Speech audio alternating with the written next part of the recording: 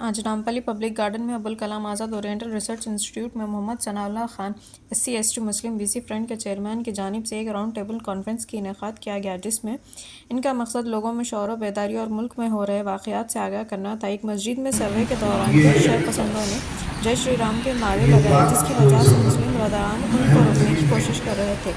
उसी वक्त police officers ने उन पर फायरिंग करके उनकी जान ले ली।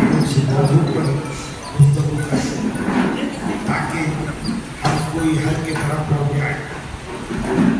बाबरी मस्जिद की शहादत के बाद 6 दिसंबर 1992 में उसके बाद के जो हालात पैदा हुए वो हालात अब तक जारी है। लेकिन अब जो है 14 साल से जो BJP की हुकूमत आई है, इसमें ज़्यादा जो है नफरत की जो जमहूरी हुकूमत जिसे कहते हैं कि ये अंधों की हुकूमत हो गई है और बहरों का टोला हो गया।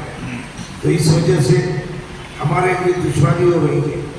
जब आपके पास पार्लियामेंट है, आपके पास राज्यसभा है, लोकसभा है, असम्बली है, आप जब कानून बनाते हैं और कानून पे अमल नहीं करते तो कानून बनाने का मकसद क्या है?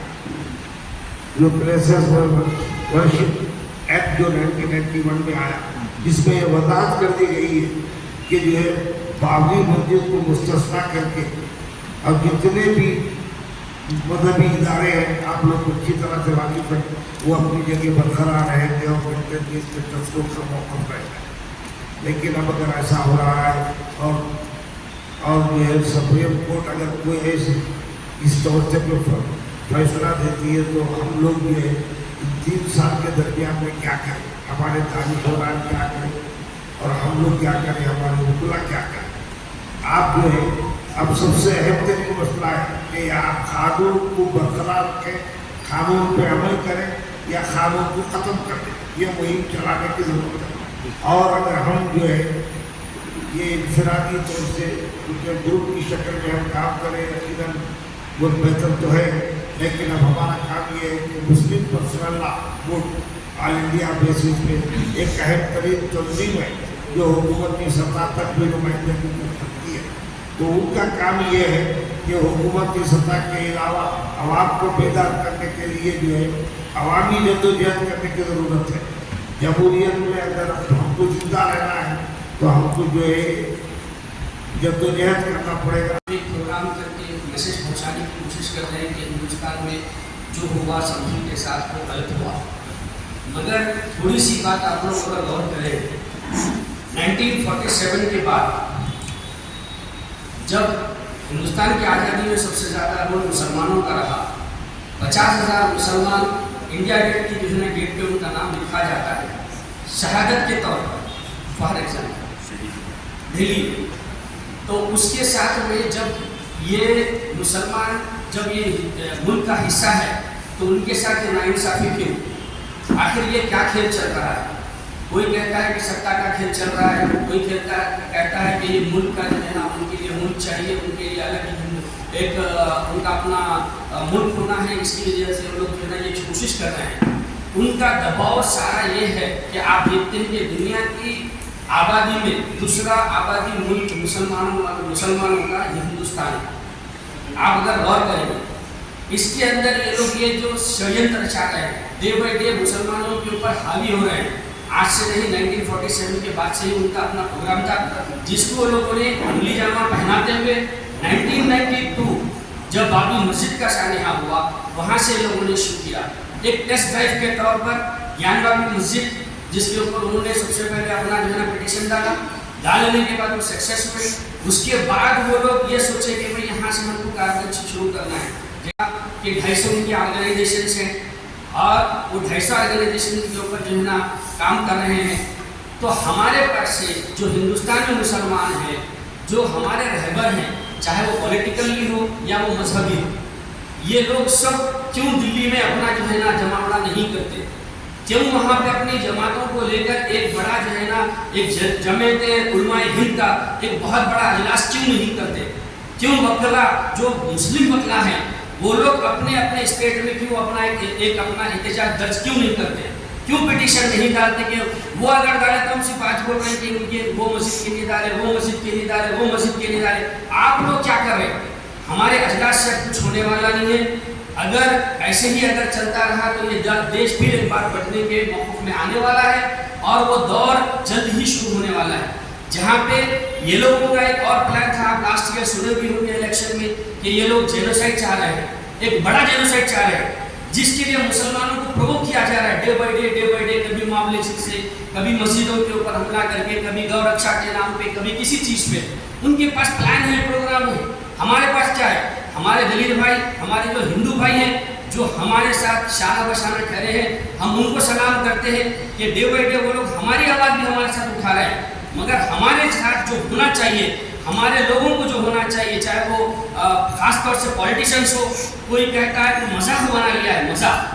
हर जमात में मुसलमानों का मजाक है, किसी की कोई वैल्यू नहीं है। में हमारे लोग हैं, क्या कर रहे हैं वो लोग? क्या वो लोग जो है ना दिल्ली में गांधी के स्टैचू के नीचे एहतजाज दर्ज करे दूसरे दिन संबल का होने के बाद? कहाँ पे एहतजाज हुआ ये बताइए? किसी जगह पे एहतजाज ऐसा बताइए जो बड़ा एहतजाज इन्होंने अपना जो है ना दर्ज किया है, या उन्होंने मेमोरेंडम दिया है लिख जाके होम मिनिस्टर को कि ये हमारे साथ जो हो रहा है ये गलत हो रहा है, मस्जिदों के साथ हो रहा है। अब आप दिल्ली की जामा मस्जिद के ऊपर आए हैं, उनका काम है, उनके पास प्लान है, वो प्लान के हिसाब से लोग काम कर रहे हैं। आप डे बाई डे जो है ना, आज आप लोगों की नस्ल है, उसके बाद हमारी नस्ल है, क्या होगा? यहाँ पे सिर्फ जेनोसाइड होगा। और दे हैव प्लान ऑलरेडी, हर चीज़ के लिए उनके पास प्लान है और उसके ऊपर वो लोग अमल कर रहे हैं, और वो अमल पैदा होते हुए डे बाई डे उसके आगे बढ़ रहे हैं।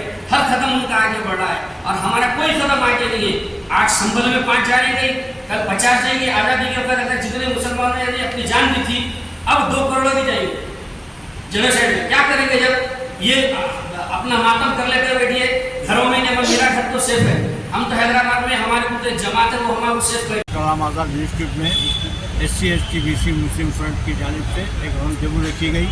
इस राउंड टेबल के जिम्मेदार मैं Mohammad Sanaullah Khan, chairman SC/ST BC Muslim front. और राउंड टेबल का जो अहम मकसद है वो ये है कि संभाल की मस्जिद के अंदर चंद शरपसंदों ने अपने तरफ से शरपसंदी करने की कोशिश की और उसको जो रोकने की कोशिश करे, उनके ऊपर पुलिस फायरिंग करके 5 मुस्लिम नौजवानों का कत्ल किया गया।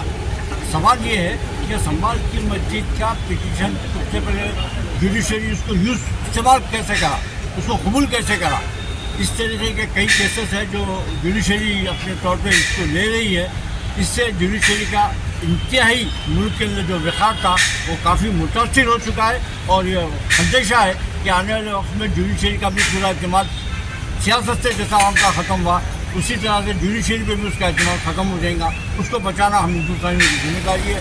उसके लिए हम यहाँ पर एक राउंड टेबल रखे हैं। हमारा मकसद ये है कि संभाल के अंदर जो हुआ है वहाँ पर कोर्ट जो आर्डर दिया कि उसका इंक्वायरी करो, इंस्पेक्शन करो। इंस्पेक्शन के लिए वो लोग 19 तारीख को वहाँ पर आए, इंस्पेक्शन करें, उसका पूरा वो लोग ताउन करें, मस्जिद वाले पूरा उसकी इंक्वायरी करके गए।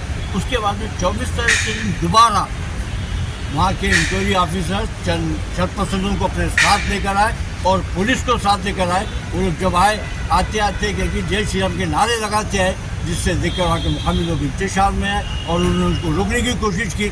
सिर्फ उनको रोकने की जैसी कोशिश की, वहाँ पर पुलिस फायरिंग करके 5 मुस्लिम नौजवानों को कत्ल करी। ये एक हादसा नहीं है बल्कि एक प्लानिंग का एक छोटा सा एक वो है। तो हम ये मुतालबा कर रहे हैं कि तमाम आवाम, अभी हमारे मीटिंग में कई लोग ये फैसला करे हैं कि वो जितने भी लोग यहाँ पर है वो लोग अगर इसको बुरा मानते हैं, इसको गलत मानते हैं मुल्क के लिए, कौम के लिए, तो उसके लिए आवाज़ उठाए। आवाज़ उठाने का तरीका ये कि हम नेशनल पूरी गवर्नमेंट को, पूरे जितने जुडिशरीज है उनको लेटर लिखे कि इस मुल्क के अंदर ये जो हालात हो रहे हैं ये गलत हो रहे हैं, इसको रोके। अगर नहीं रोकते हैं, अगर इस तरह के हालात रहते हैं तो कल शायद ऐसा हो सकता है कि हमारा मुल्क भी बर्मा और आपके बांग्लादेश जैसे हालात यहाँ पैदा हो। उसको रोकने के लिए, देश को बचाने के लिए आपको सामने आना हो। ये सपोर्ट कर रहा है। इसके वास्ते ख़ास करके मुसलमान बच्चों को शहीद कर दिए, उनकी फैमिलियों का क्या होगा, इनके हालात क्या होंगे, इसके वास्ते गवर्नमेंट कुछ इश्यूज़ ला रहे हैं सामने। इसके वास्ते जल्द से जल्द इनको फैसिलिटीज़ दो भाई, फंड्स दो, और जो इनको जो इनके पीछे जो है जो उनको जो अग्निशन जो उनकी जो बनाने की कोशिश करे जो है हत्याकांडे, उन लोगों को अच्छे से सज़ा मिलना और उनकी फैमिली को जो फंड्स होना गवर्नमेंट फंड, और गवर्नमेंट से हमारा मुतालबा है कि उनको ज़्यादा से ज़्यादा हेल्प मिलना और उनके एडमिट के अब तक केसेस क्या हुए, ऐसा ये एक्शन लिए। इसके वास्ते आवाज़ उठाना, और ये पूरा हिंदुस्तान के अंदर कर रहा है। इंशाअल्लाह इसको और आगे बढ़ाएंगे, ऐसा नहीं।